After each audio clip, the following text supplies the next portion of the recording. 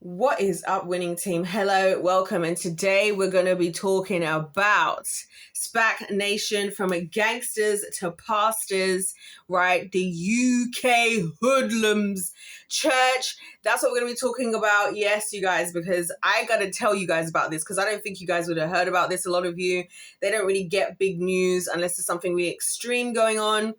And the hope dealers, that's what it was that they were calling themselves for a while. Like, rather than drug dealers, they became the hope dealers, and they had all these songs where they were doing all this. Anyways, I want to tell you guys about this. Is part of my greatest series I'm doing right now. Now we're talking about why all religion is evil. All religion is evil. Every part of religion is evil. As in, not every part of religion is evil, but all religions are evil, because I believe that religion is just another department in the kingdom of darkness, okay? And I wanted to start off with this because I hadn't spoken about it, and I felt like we needed to draw attention to this, because this whole story of this church that exists in this country, and it's all to do with how the biggest gangs in particularly in probably the most dangerous part of London, or one of the most dangerous parts, because a couple of them are considered the most dangerous parts, But anyway, in one of the most dangerous parts of London, I actually went to this church. I actually know people from the church. I'm gonna give you the backstory of my involvement as well with all of this. And they became quite famous, especially amongst young people, for reasons we're going to get into. I feel like it's important to talk about this because this church, a lot of what we're going to see about this religious stuff is these leaders, these people who are masquerading as some kind of godly figure or some kind of godly vessel, take advantage of the situation people are in.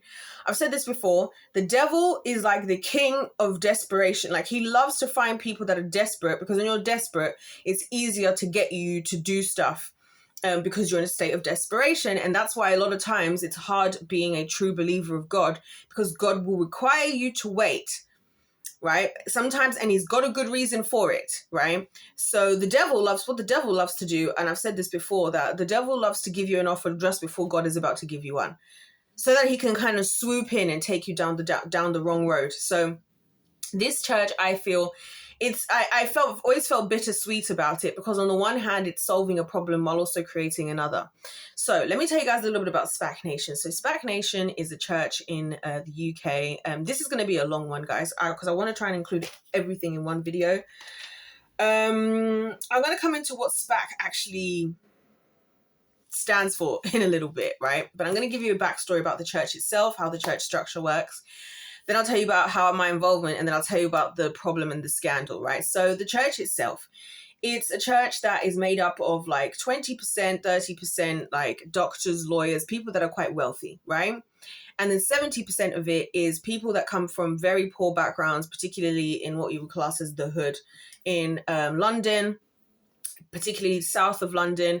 And the whole idea is that as a young person, you can come there. When I first heard about them, they would, after church, throw these huge things where they take all the young people bowling and buy them pizza, and they wouldn't have to pay a dime.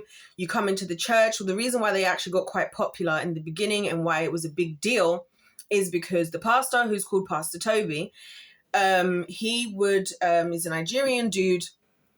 He kind of made himself like the most attractive kind of leader for the kind of hood gang culture in the area of London where they are, because number one, he was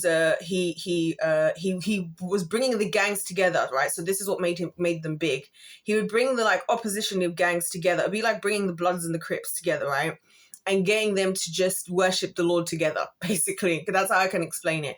So, and he would get like the gang leaders. So it was quite a hostile environment, to be honest with you. It was kind of fascinating going there.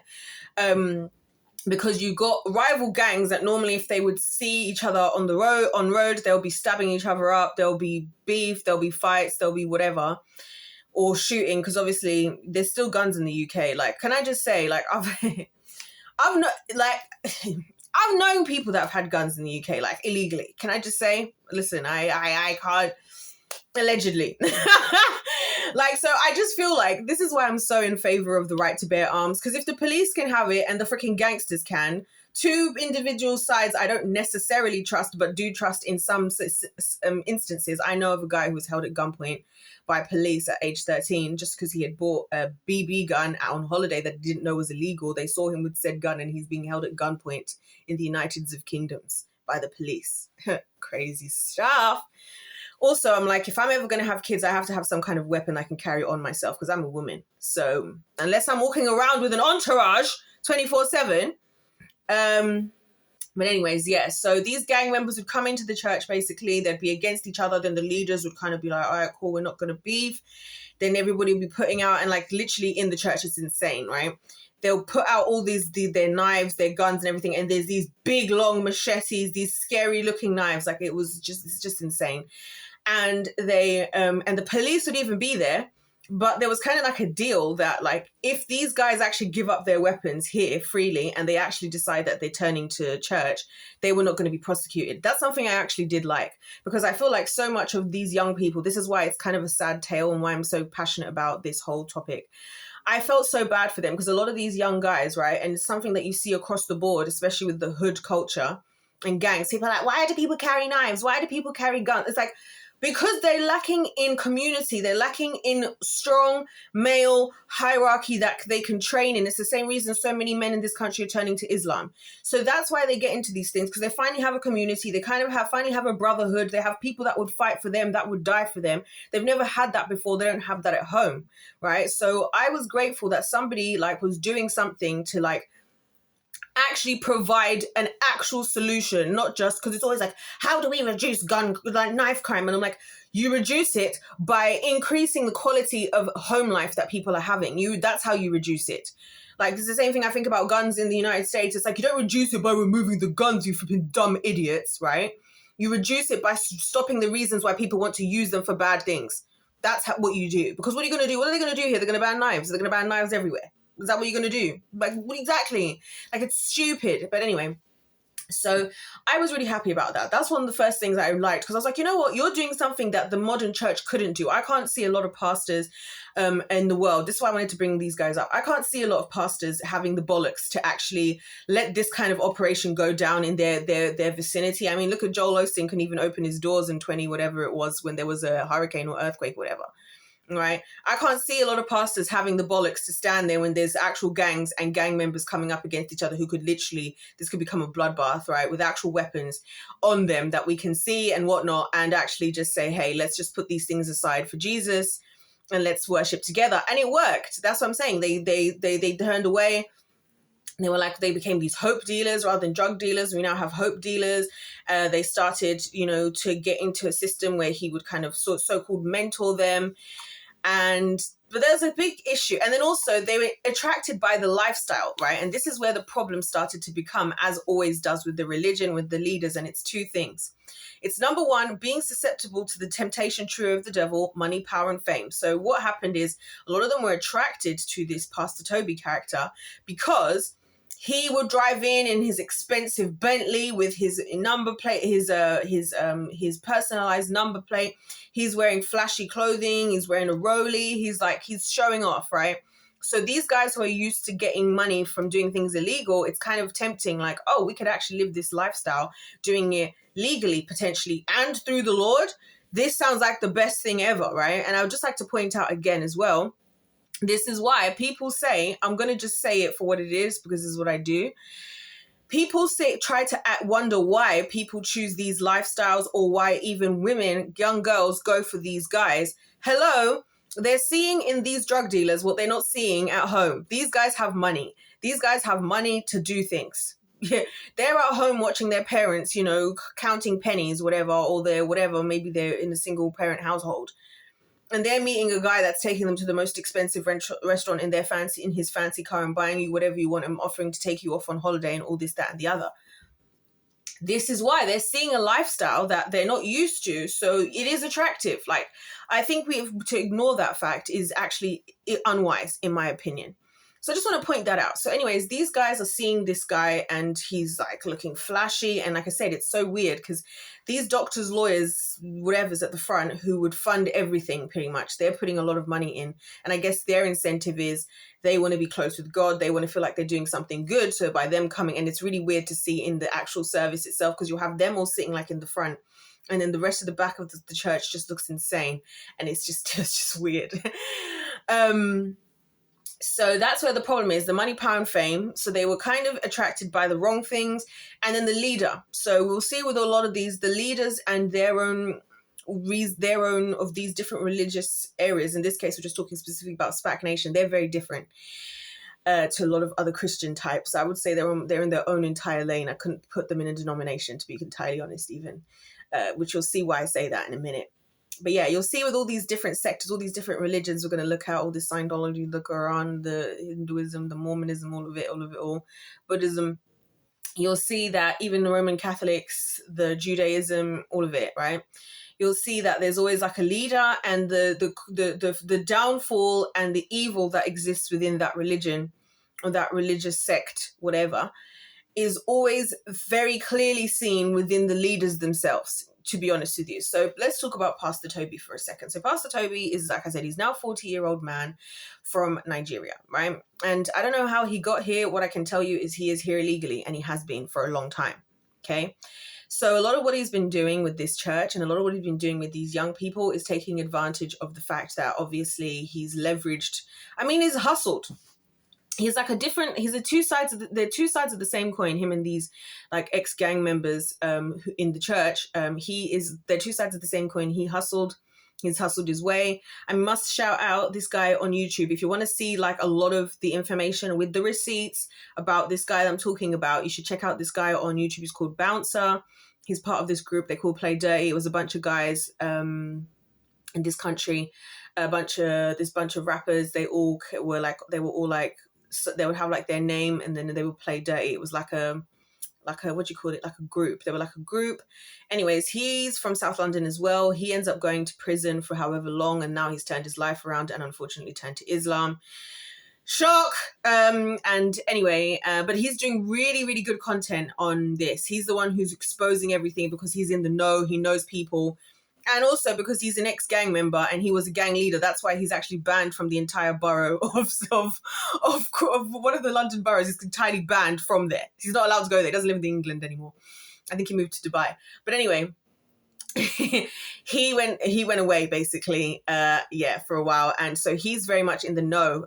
He knows people. He's not just somebody who's talking about it or who's had only his minimal experiences like me. He's actually like, he lived in that area. He knows the people. So when he's seeing stuff, he's got people sending him receipts and all sorts. So go and check that out because it's about to get dark. Okay, the most recent stuff that I've been seeing is some of these so-called pastors, because the thing about Pastor Toby is he makes everybody a pastor. It's about to get heinous. It's about to get very, very heinous. He makes them all pastors, and then he has them, these young people, all staying in these trap houses, which again, trap houses is for trapping, obviously, right? But they're not trapping as such as you would be trapping before, like selling stuff, and this, that, and the other, or doing the dealings. Now this is for them to be doing the work of God, or so you say, because really this is all about money, and Pastor Toby and others have a lot of people taking out these huge loans. You've got young people taking out loans of like 30K. They're like, don't worry, you're going to make it back. And there's a lot of young people in really bad situations. That's why I'm saying check out Bouncer, because he's been really covering this and showing receipts. Hold on a second. In fact, I would argue that one of the best things he's actually doing in regards to all of this right now is he's been showing people, like, you can go and see that they're fakes and phonies, because one of the guys, right? So there's a lot to unpack here, right? Let's go back to Pastor Toby first, just to clarify. Now, my things with Pastor Toby is he exhibits what I find is usually what's exhibited by a lot of these leaders of any sort that become heinous, and that is insecurity, issues with God based on your life circumstances. So I also believe the likes of the Diddy's and the Epstein suffer from this. I kind of talked about it, like I've seen it in people before, where you grow up under certain circumstances and you feel like now you're desperate, you need to do whatever you can to survive. And the undertones of this, people again are always so quick to blame God is, God, if you're real, why is this happening to me? Why is this whatever? Because Pastor Toby recently has been saying stuff, like one of the things he said recently, which is insane. He was like, we've been doing everything for God for the last 10 years. Maybe we should give 3 years to the devil. Like, he says wild things like that. And the other thing he was like, oh, well, and the thing is, if you're actually paying attention to what people say, you can actually hear people say, like, the Bible says, as out of the abundance of the heart, the mouth speaks, right? So he said, I watched in Nigeria as we prayed to God for this and we prayed to God for that, and he didn't do anything. He didn't do anything. We've been doing this with God for 10 years. I think we give 3 years to the devil. Like, this is what he's saying, right? And this is what he's saying. And it's clear that's what he thinks, right? And it's so clear because this whole church thing is all just a big business. And it's all just a way for him to look after himself, because now there's other scandals to do with him and his marriage. He just got married to he's married to this woman called Mary, but it's clear that he's with this other lady called Lucy, who we always see her with. Has he married Mary for his immigration status? He's been illegal for a long time. He's looking to get deported at some point soon, we all believe, and he plans to hand it over to two people who are called Pastor Sam and Pastor Miriam. I don't know if she's a pastor as well. So like I said, a lot of them are pastors. There's probably I don't know, I've heard like pastor this, pastor that. They're all just pastors. And again, I think it's a manipulative tactic to make these younger guys feel like they have some kind of position of responsibility, which unfortunately, without the healing and deliverance, right? This is why I'm saying God has nothing to do with this. This is not how God goes about doing things. Without the healing and deliverance required, without going through the due process of being transformed, as in when I say being transformed, you spend time with the Lord, you study. Like I said, you do the healing and deliverance. Before God places people into positions, he puts them through processes to help you to purify yourself so that you're not being driven in life by demons and desperation. So you're not susceptible to falling for the temptation trio, money, power, and fame, so that everything you do comes from a good place, so that your relationship with God, because the whole idea is your relationship with God pours into you, and then that love that's poured into you, you pour out into others. If that dynamic isn't happening, then what are you pouring from as a vessel of God? Exactly. And that's where these people idolizing him, because if you hear the way they talk about him like he's the Messiah, right? So here's now where we find ourselves in issue. So like I said, we've already had the problems with people being forced to take out loans, and things have escalated since I've been there. So we'll get into that, because we're going to get to abuse. Some of them are facing prison time right now for beating up for violence and all sorts. We're going to come to that. I'm now going to tell you guys about my affiliation with this whole story. So when I was living in London, I ended up working at this company. I'm not going to say the name of the company, but anyways, it was a company. I worked in all sorts of companies. I love that I've worked with so many different kinds of people. Like, I've been in every type of community you can imagine, like, honestly, at this point. That's why I just have such interesting thoughts about everybody, because but anyways, this is one of those when I'm in a proper blackety black scene, right? But like the Afro-Nubian like type. So I'm working at this place. I worked there once a week as their like event curator on their small and big events, right? And what they basically do is you pay they go around, they give jobs to young people, first of all. That's why I loved working there. I was like, they're going out and they're finding like the young guys, right? They were very like Black-centric, Afro-centric, so even when they were there, like the CEOs, because I worked with the CEO, the COO and whatever, they would always greet me like when I'm coming to the building, like, what is it? Grand Rising, my African goddess. You know what I mean? Like, so is African goddess, Nubian queen, like all these terms, you know what I mean? Empress, like this is how they would talk to us, right? Because they were very just like Afro-centric, Afro-forward. And the guy, the CEO who ran it, he was his dream. And this is why me and him, I honestly love, to this day, he's one of those people that I still would consider somebody that I would actually consider as a friend of mine, because he's actually got such a good heart on him.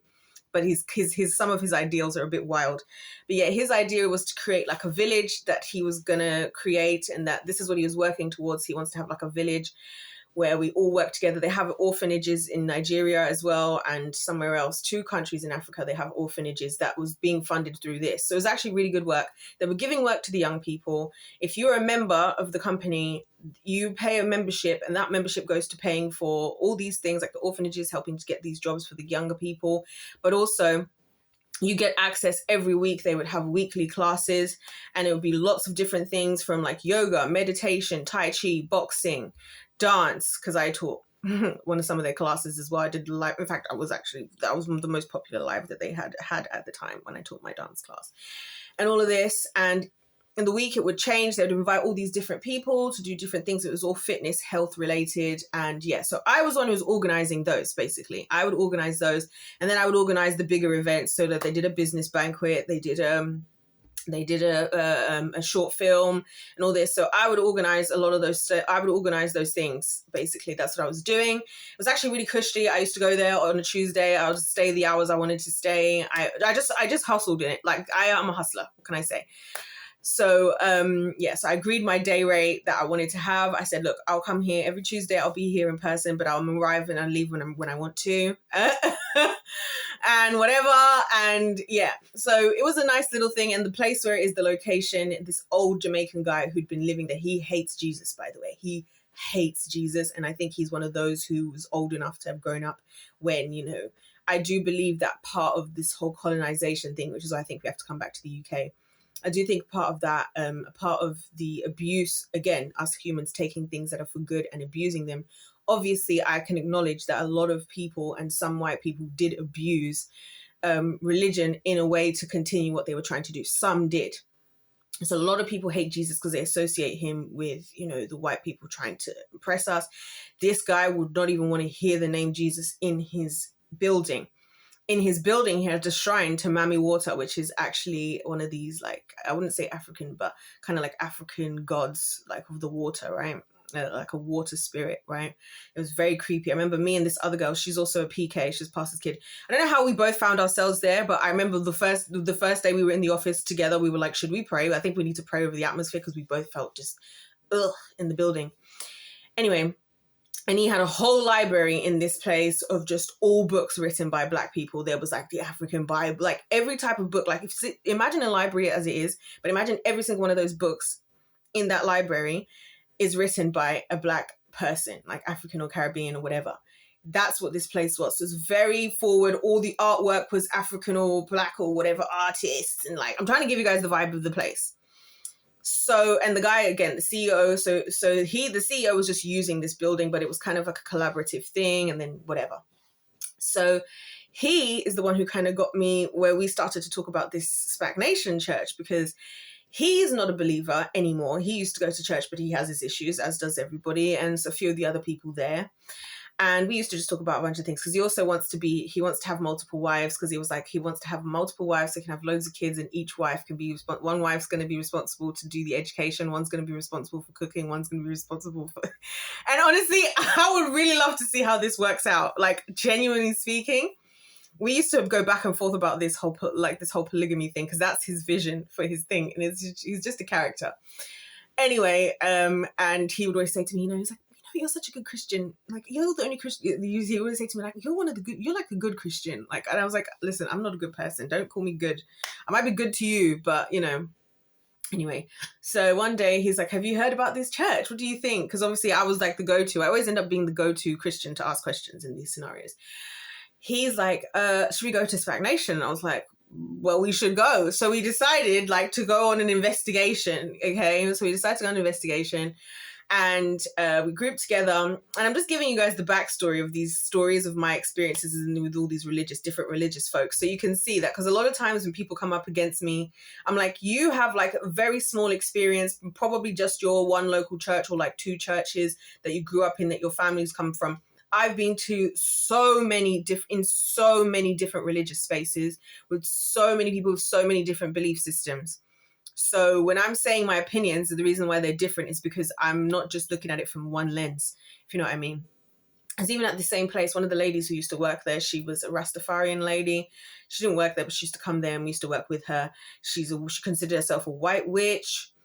yada yada yada. That was an interesting story arc. We ended up working together because I was helping her because she did Tai Chi. So she would do all these classes, and she started to get hired to do Tai Chi in schools and stuff. It was really interesting.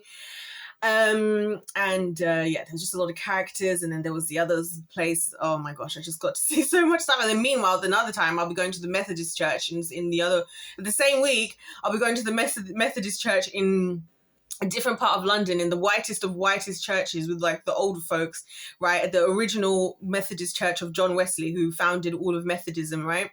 I'm there at that exact church, and I'm sitting there with this superintendent who's this American white lady, and my pastoral mentor who was there, and it's just a different vibe. And I was just having the time of my life. This was like, I miss these days when I used to just be on these side quests in these places with just different kinds of people. Oh, I miss these days. Anyway, so we decide to go to SPAC Nation, and we go. We get there, and it's flashy. This guy's coming in, Pastor Toby, in his car, as if this is like the freaking, this is like the red carpet, right? He's coming in. It's crowded. They have their services, I think, at one of the Hilton hotels. I can't remember which hotel it was. I think it was Hilton. And he's coming in in his car and whatever. And we've all dressed up, like more than I would dress up in a normal service, because we're trying to be respectful. Anyway, so we've all dressed up, me, the CEO, and then he had an artist there. This guy he's an incredible artist. I can't even lie to you. He's quite, well, actually, he's quite, anyway, let's not get into him. But he was like their like number one artist. So like everything they would do, like be surround him.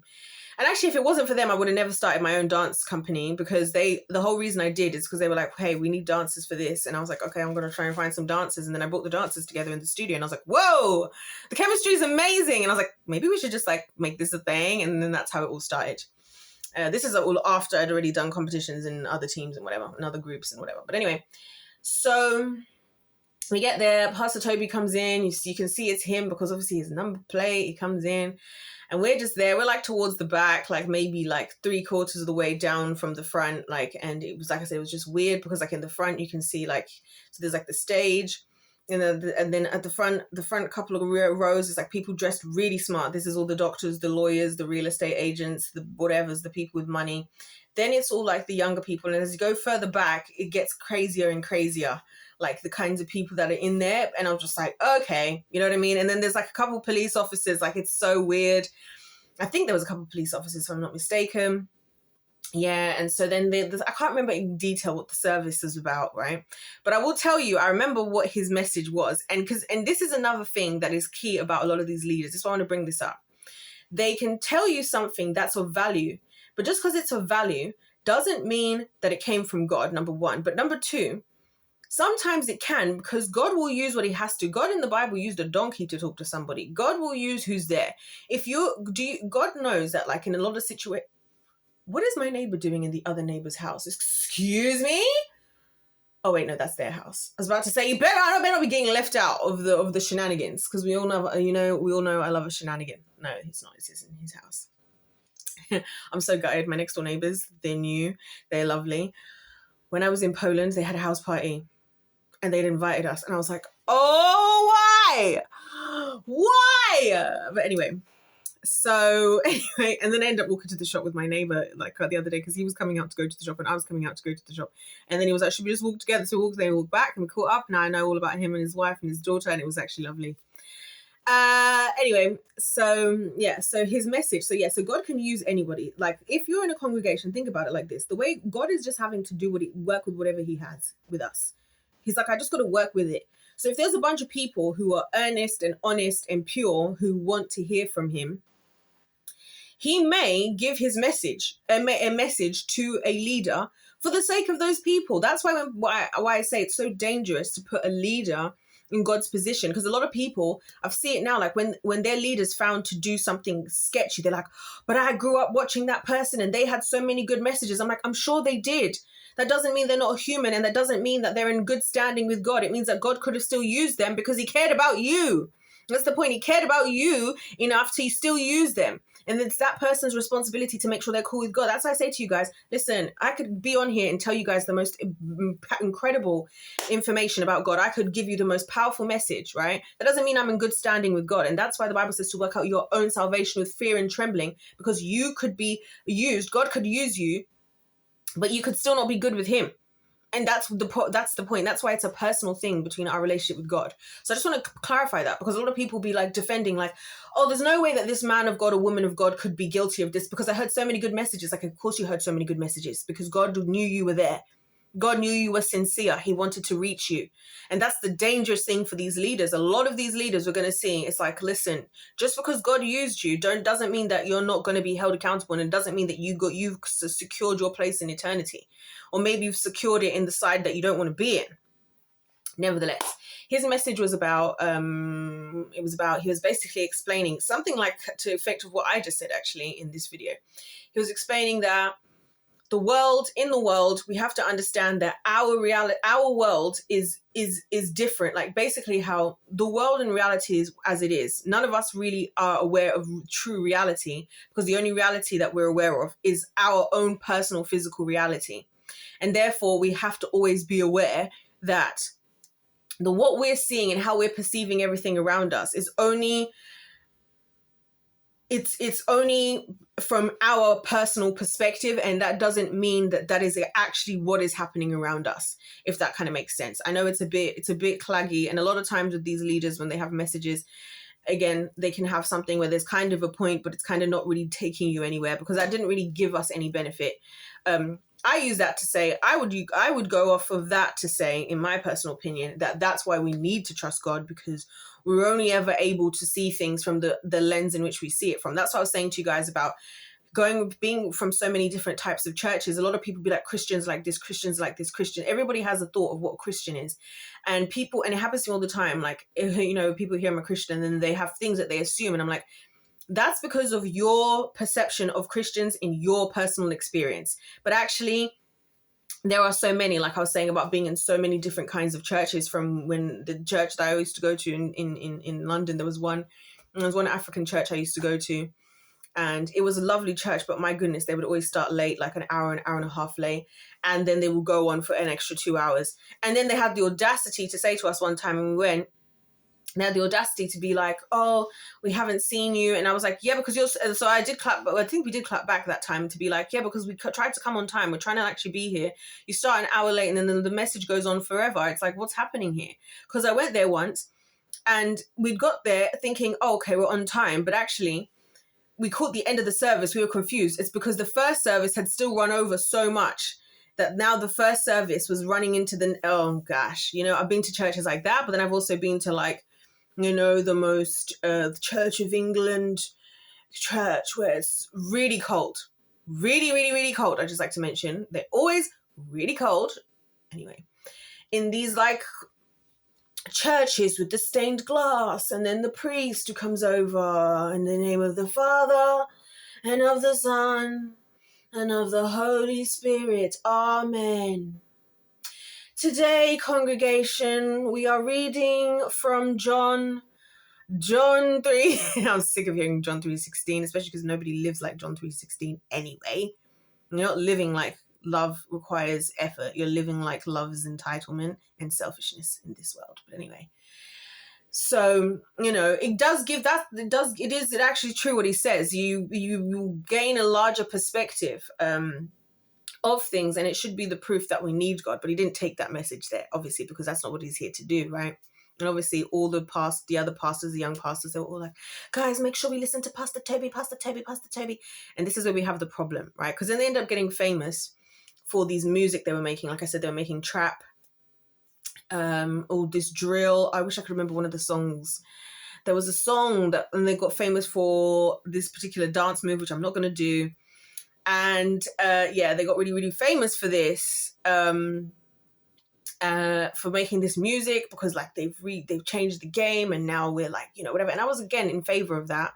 Personally, when I came to the Lord, when I was like 12, 13, I remember I used to go with the older guys that I knew from this youth club I was a part of, and we used to go to London, and like they would have these Christian rappers. This is before SPAC Nation, so I was a lot younger. And that was really what really got me into the Lord, like, to be honest. Like, that time was perfect because I had just been baptized at 13. I had, like, really given myself to God, and I was forging, again, my own relationship outside of my family, outside of my personal local church. I was doing something separate. Like, my relationship with God was always very separate to people. I think that was key to why we have a relationship today and why I don't struggle like others, because my relationship isn't based off of the community that I'm a part of. My relationship is based off of my personal experiences with God. So we used to go and they'd have all these Christian rappers, and I remember it was amazing. I'm even in some of the videos actually on YouTube from when I was a teenager. Can you imagine? From going to these things. So I was very much in favor because I was like, I knew how instrumental that was for me. Like, I might not listen to much of that anymore, but when I was 13 and I was used to the church, that kind of life I was used to, it was a big deal for me to like be somewhere and hear this kind of music and with young people doing this kind of thing. So I get it. Hold on a minute. So like, I see the appeal. That's my point. My point is that I see the appeal. I see why that worked. I don't think it's necessarily a bad thing. However, what ended up happening at this church is that there was no, real work of changing and developing. It ended up becoming like we just rebranded the same types of behaviors. So now these guys got young guys now, fast forward. Oh yeah. So in the midst of all of this, I didn't go back after this one time I went. I hadn't heard about this church in a long time. I didn't know what was going on. But there was a few guys who rose up and became super famous as a result, and ended up meeting one of them. Now, how I ended up meeting this guy. So I'm going to visit this prison, yeah, right? And every time I would go to visit the prison, there was one particular woman. This is years later. I'm no longer working at that place. I've moved on. I'm in a different phase of my life. And I have no idea what's happening at that church at this point. I fast forward, I'm going to this prison, and there was always one particular woman who I'd always see. She had three kids. And she was a really sweet girl. She's a sweet girl. She's like, I'm like, okay, she seems just like lovely with her 3 kids. And we never got into the details. I didn't. Some people were very happy to explain all the details of who they were here to see and why they were here to see them. I wasn't one of them. I just played the dum-dum card because everybody thinks I'm stupid anyways, so I can just play into that. That's one of my cards that the Lord dealt that actually works out in my favor sometimes. So I just pretend that I don't know nothing about nothing. Meanwhile, I know everything heavily in detail. And so I used to always talk to her there, like, and we never really talked about who knows who and who knows what and where, right? We never really did. But I would help her like with the kids, because like when you'd have to go in, they would have to do all this. It was actually kind of traumatizing. They would have to like, they would search everybody, obviously. And then like the babies, because people were sneaking drugs in like nappies of babies and stuff. Like, it's crazy. They would like, the way they would search the babies, I was like, this is so uncomfortable, right? But anyway, so I would usually help her with her kids, right? Because I did. The amount of people's kids I held in that prison is crazy. But low-key, I was like, this is what's going to make... I was in everybody's good books for that reason, because no one's going to be upset at me when I'm the one looking after people's kids. So anyway, so I didn't know who she was there for. I wasn't paying attention, yeah? And also, like, anybody in certain scenarios, that no, you just don't get in people's business in certain areas. This is what I miss about living in London, because in this town, everybody's in everybody's business. In London, you could be living in a building, everybody saw somebody literally get killed and murdered, and then the police knock on every door and ask in that flat, in that building, did you see anything? I didn't see anything. I didn't hear anything. No one's saying nothing. In this town, because I've seen it happen, oh my gosh. Everyone is coming out with, and then I saw it. And it's like, that wouldn't end well for you in London. Like, in a lot of places, it doesn't end well to go and think you're going to go and like help the police investigation. Like, because then if the people find out, especially the dangerous people, this is why people know in London to keep their mouth shut, right? But in this town here I'm at, people love to just snitch and speak up, and they feel so proud of themselves. Also, I think it's the only bit of anything interesting that they've seen in a long time. So anyway, and so, yeah, so after all is said and done, one day I'm in JD Sports looking at some trainers, and this guy walks up to me and I recognize him. And I'm like, and then he's like, are you so-and-so? And I was like, I forget, how do you know? He's like, oh, because I was like, I see you all the time. I've seen you in, I just got out from prison. I was like, ah! And then it hit me after the fact, after this conversation, because we ended up getting into this conversation. And I then realized, oh, this is the guy. And he's like, because he was the one who came out with this whole story that before he got to SPAC Nation, it's a big story. Before he got to SPAC Nation, yeah, he was basically involved in witchcraft. He was doing witchcraft as part of this drug dealing and like, I don't know if he was drug dealing, whatever the illegal activities he was doing. Alongside of it, he was doing, so he was getting very popularly interviewed by like a lot of people, like by some of it was like news outlets, some of it was like other Christians fascinated by the story of this like ex-witch gangster turned whatever. So I couldn't believe, anyways, this guy recognized me. I was thinking, Lord Jesus, this is why you can't be anywhere, because now why did he know who I am? And so anyway, we went into the whole conversation, because it turns out it was his girl all this time that I was the one talking to. Little did I know. And so and I was like, what? And he was like, yeah, of course. And then he was telling me about what happened and how they had arrested him at the church. And then actually, come to think of it, I remember her telling me this same story, but I just didn't put the pieces together, guys. Anyway, so that was how I ended up getting to know even more about it, because I'd been talking to the freaking lady this whole time. And then this guy bumps into me and he's like, hey, are you so-and-so? And I'm thinking, how do you know who I am? And then when he tells me, and then I realize who he is, and I realize his story, because his story was quite a big deal for him to have walked away. And also for somebody to be open that they were actually proactively doing witchcraft, right? As well as whatever. And so again, I'm feeling for these people. This is why I talk about these stories. It's so sad, because I'm like, oh, I can't believe we failed you again. Like, you could have done with a really good church, but then he ends up getting in prison again. Because I'm like, how are you then in prison again when, fast forward back way before, everybody was all high and mighty, you guys were making music videos. How did you end up in prison again? Like, so, anyway, so let's just fast forward to where we are right now, because there's just too many details and I want to keep this one video. I know it's long, but it's just best to get it all out in one, okay? So anyway, now fast forward, it's gotten worse. Everything has just gotten worse, and basically everything was going downhill. And I think that's part of how he ended up where he did, maybe. But definitely now we've got two of the pastors, so-called pastors, one of them who's supposed to take over when Pastor Toby gets deported, right? You know what I'm saying? You guys don't know what's going down. When he gets deported, he's this guy, Pastor Samuel and Pastor, let's see, I've got my notes here. Pastor Samuel and Pastor Terry are currently on bail for battering a young woman who worked for them for 10 years. They battered her. And when I say they battered her, shout out to Bouncer again. He had the footage that YouTube just took his video down, actually.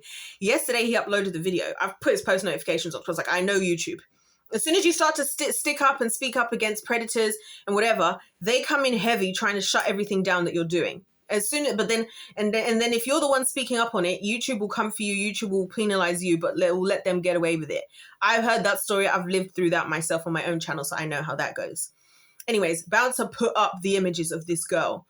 So they're probably going to be doing time, because she looked like it couldn't even, like, it was horrifying, because these are young women. Basically, they've been taking advantage of a lot of young women. And this pastor guy, again, this Pastor Samuel figure, he's married. The whole situation that led to this incident with this young lady was she pretty much had been, so he brings her in. He's like, I guess, mentoring her, whatever, because he's a pastor, right? They all just get made pastors just cause, right? She'd been mentoring him. Also, the guy who I mentioned before, him and his girl, they left the church. I think they realized, what needed to happen happened, as in, like, he turned away from his life, maybe because he had like his woman and 3 children as well. But I think they left the church completely, because that's why I think he was telling me so much about about it. And I'm thinking, and he was the most famous one of the situation, I believe, in my personal opinion. Well, I'm not even really, because his story was the most, like, extreme. But anyway, so what was I saying now? So this pastor guy, and this is something we're going to see consistently happening. Some kind of leader, unfortunately, usually a man, who then, gets into the position. And so what if they're married? So this Pastor Samuel guy is married. These are young men, by the way. These are like people that are probably like between my age and say like 35. You know what I mean?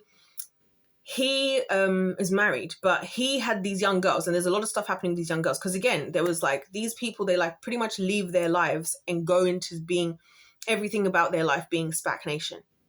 And they're just there, and they're being worked and worked hard. I mean, one of the things that they do is they have this group chat that's got like 200 women in it, and all of them have to give £1,111 and 11 pence to Pastor Toby to fund his life. I can't remember the term they use for it. It's so weird. Even though he has a wife that makes 100K, which is why he claims he doesn't take money for himself from the church. Again, it's another one of those. Anyway, this Pastor Samuel dude, whatever, had been mentoring this young lady, and then she starts to talk to the other guys in the church. So I'm saying a lot of these men who do this, it's like the devil goes and picks the losers. Like he goes and picks the people who are insecure, who have some kind of issue with God, have some kind of God complex, have something to prove, don't feel respected, like especially for these guys. So I feel like men are a little bit more susceptible to this because of the whole ego situation. So then they get given an opportunity to like dominate, you know what I mean? And to exert themselves and exert their power, and they have authority, and they want to exploit it. And that's exactly what I feel like happened. So as soon as she goes and starts talking to these other guys in the church, doesn't say she did anything with them. Like I said, she'd been working for them for like 10 years. Then this is what they did. And it's crazy because they accuse this girl of forcing herself onto this Pastor Sam guy. What actually happened? Because I feel like I'm missing something here. Yeah, so he was against her dating other guys and all this stuff, which again is kind of insane because he's already married. Why do you care? Blah, blah, blah. But he was also the same guy who did this video where he's like, he's walking down London and he's like, God reminded me about giving, blah, blah, blah, blah, blah. This is all while he's on bail. And he's like, 10 of you have been selected to give us 10,000, to give us not 10,000, £1,000 a week. 10 of you pastors, because there's like 50 pastors. Like, it's insane. There's not enough to explain it. I'm just trying to give you guys enough to understand that, like, the manipulative tactics and how I feel like it works, because you take people in certain situations. And that's why that guy who approached me, who used to be a part of it, who was kind of like, and the way he was talking to me, it was as if like, it's so funny because he was kind of talking to me as like out of concern. And it's quite funny because of all the Christian people, of all the people of God in my life, and all the experiences that I've had, all the times I've been, talked down upon for dressing however I've dressed in church, or been judged or assumed that I'm just out here sleeping with anything that moves, right? He's one of the few people who's a believer of the years who was actually showed genuine concern for me as a person, and in a Christian kind of way, because he was also kind of just trying to inform me. Part of the reason he was saying some of the things he was saying to me is trying to like basically be like, I'm looking out for you, because, it's the ghetto out here, like in these streets, in this place. Obviously, we know where we know each other from, or now we do, because I don't remember ever seeing him there. But anyway, and I was like, that's actually so sweet of him. And no wonder he's the one who's like now no longer there or whatever, but these others anyway. So yeah, it's like God reminded him that 10 of the pastors need to give £1,000 a week. They're lying. Bounce has been pointing them out. They're telling people, oh, we're making 500K, because SPAC, by the way, stands for Special Purpose Acquisition Company. So then he was also talking about how we have SPAC Truth and SPAC, what is it? SPAC Truth and SPAC Business or something. The two churches. So it's all about money again, and they're just taking advantage of these people. So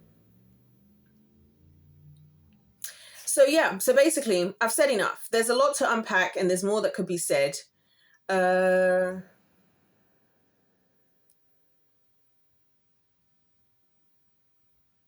yeah. So this Pastor Sam was also found cheating.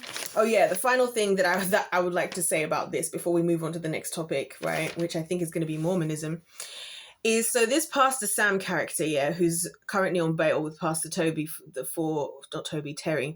for battering this girl. These guys, yeah, they got together and they had a meeting because all this stuff has been coming up, yeah.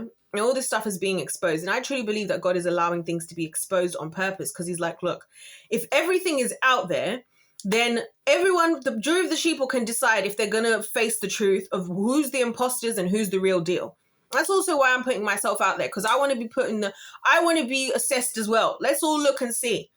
You know what I'm saying? I'm putting my life out there on the line as well, because I feel like I have to, because somebody has, like, there has to be more people who also are not like imposters, who are putting themselves out there to hopefully make it so abundantly clear that some people are clearly not here. That's what I'm hoping for. I'm hoping that you can see I don't identify with these folks. They might call themselves a Christian or whatever. I don't identify over there. But yeah, because there's been so much going up and that's out there, now these guys are having to do damage control. So there was even a clip that I've seen of a meeting, and they're like, if people speak up, you need to speak back. You need to do this. You need to protect this. You need to protect that. So they're being groomed. They're being controlled. They're being manipulated. A lot of them are stuck there now because they're in severe debt. So they're scared to just walk away. There's not much that they can do, because obviously if you go to now the banks and stuff, the banks are going to say, well, you took this loan out on your name. It's your responsibility. So they're stuck in that aspect. You know what I mean? Not to mention now, a lot of them, they've formed like almost a trauma bond. You know what I mean? Almost like a Stockholm syndrome type of thing. Again, they target young people again, because young people are always the target because they're the easiest to manipulate. That's why I think young people are targeted. I think it's not so much always about just the heinousness of like being obsessed with kids as much as it's being obsessed with somebody that's easy to manipulate. I truly think that's what a part of it actually is. For a lot of these people, including the Epsteins and the Diddies of it all. I think we've put too much fixation of, oh, you like kids. It's more, and not enough on why, because they're easy to manipulate. So that's just some about SPAC Nation. I just wanted to make this video as part of this series, just to draw some attention there, because there's a lot of people who need to be broken out of there. They need a lot more attention on like the truth of what's going on behind the scenes. Like I said, Bouncer's doing an incredible job at the moment. Like he's like on it like every day, doing interviews, showing receipts. I've had experiences, like I said, both with the church and like some of the members, and being there and like seeing what's going on. And I feel like this is where I'm saying like we need to stop blaming God for this stuff, because this is literally humans choosing to do what humans get to do. God isn't there. This clearly doesn't have anything to do with God, you know, but then yet he's the one who bears the brunt of all the blame. And then when it comes to these leaders, everybody wants to defend them.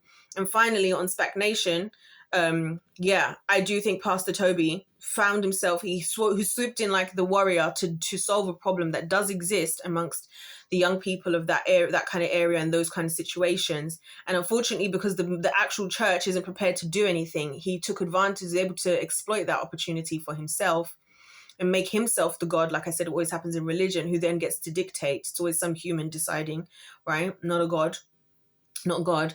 And so there we are. So anyways, we're going to leave that there, you guys. I hope that you found this fascinating, especially for those of you who are not in the UK, especially for those of you in the UK and never heard of these people, to get more of a thing. And also, this is one of those that I actually have my own personal experiences with. So anybody can tell me that I'm making stuff up. I don't know what I'm talking about, because I've been there. I've known the people. I know the things.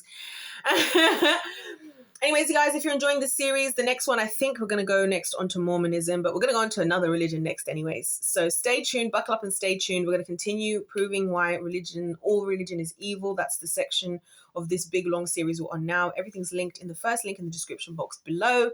So check that out to catch up on everything we've been doing. There's so much in there. Watch the first intro video to catch up, because guys, it's just too much to explain all over and over and over again. Or the video before this, I explained this section, that all religions are evil. If you want to know why I say that, I explained that in the video before this one, in that intro. Next up, we'll be moving on to another religion, and it's probably going to be, I'm assuming it's going to be Mormonism, but I have to double check my notes, but it's going to be something, because like, as I showed in the previous video, I got all my religious books here. I've got all the Bibles on my phone, all the Judaic Bible, the Roman Catholic Bible, the Pentecostal Bibles. I've got the Book of Mormon. I've got the Scientology, Quran. We're going to be doing it all. So yeah, anyways, guys, I hope you guys are enjoying this. Sorry that this was such a long one, but I just wanted to get all the SPAC stuff in one video, and then I could go back to doing smaller videos for the rest of it. Anyways, you guys, if life's a game, it's play to win. God bless you all. God loves you. I love you. And I'll see you in my next one.